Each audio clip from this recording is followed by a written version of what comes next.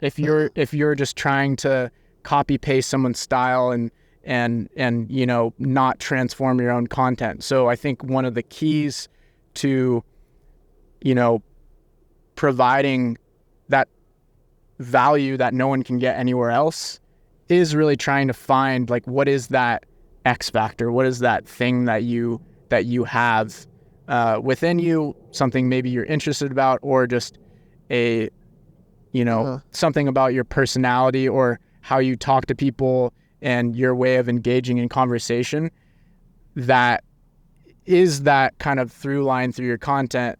And then also, you know, through the life experiences that you've had, the people that you've talked to, the content that you've consumed, ton of different things, kind of continuing to grow and build upon, you know, that foundation. Yeah. Such valuable advice. Thank you. And also, like, you know, I'm speaking from my personal experience. Yeah.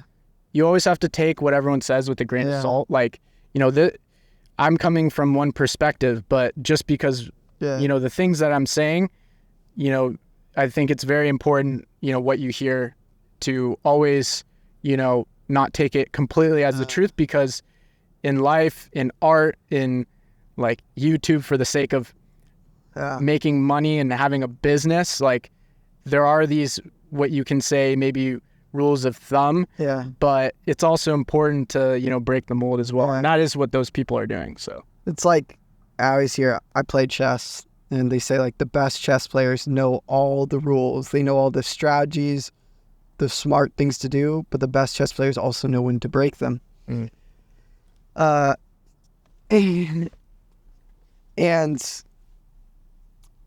I think, like you said, I've heard what you said put differently, which is that if I were to try to be like Mr. Beast, you'll never be better at being Mr. Beast than Mr. Beast.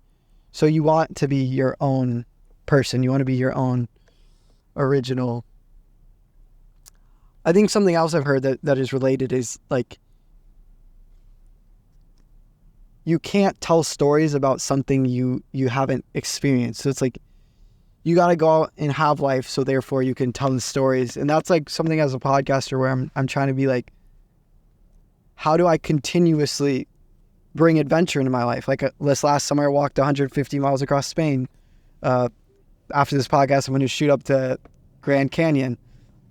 So it's like trying to read enough, to consume enough, to work on me as a person, rather than just the podcast as a business, as a personal brand.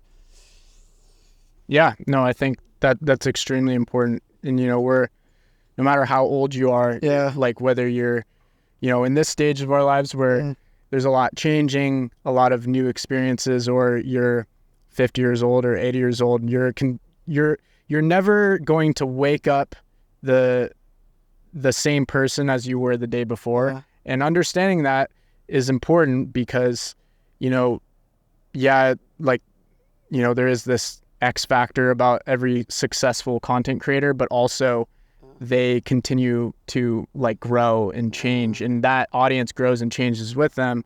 But I think walking back a little bit, everyone has that thing inside of them. Right? That unique thing. And sometimes it's not just taking in these life experiences, how in whatever shape or form, that will like kind of put those things into your own personal brand or your you know, way of being. I think it's more that those experiences bring those things out of you, right? It's always there. That's interesting. Even from like a God perspective, like I think everyone has like an inherent value. And I think that when you talk about copying people or like being inspired by people and the experiences, it's because you inherently have value and you have a story to tell. That's the reason you have friends. Like that's the reason your family likes you and your friends like you, is because you have value. There's something exciting about you. And a lot of time it's not that experiences, I'm just re-saying what you're saying. A lot of time it's not that experiences add this crazy value to you, but it's that experiences will break down the barriers you have.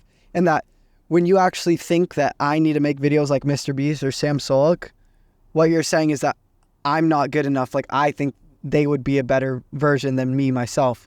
And again, if we can take it all the way back to the beginning of the podcast, like Rick Rubin said, the best indication if someone will like something else is if you like it yourself. And there's a reason you are yourself and you have a value to add to the world. And so much of that, too, even when I sit down with bigger podcast guests who have 1 million subscribers or they've built a business, it's like I always try to use faith to like put myself on an even playing field. Is that, yeah, this person might have $1 million or like they might have been hanging out with Justin Bieber and Dwayne The Rock Johnson, but like we're all equal in God's eyes, and therefore like I have value to add to this situation. And that's really like helped me a lot too, is just putting myself on an even playing field with everyone else.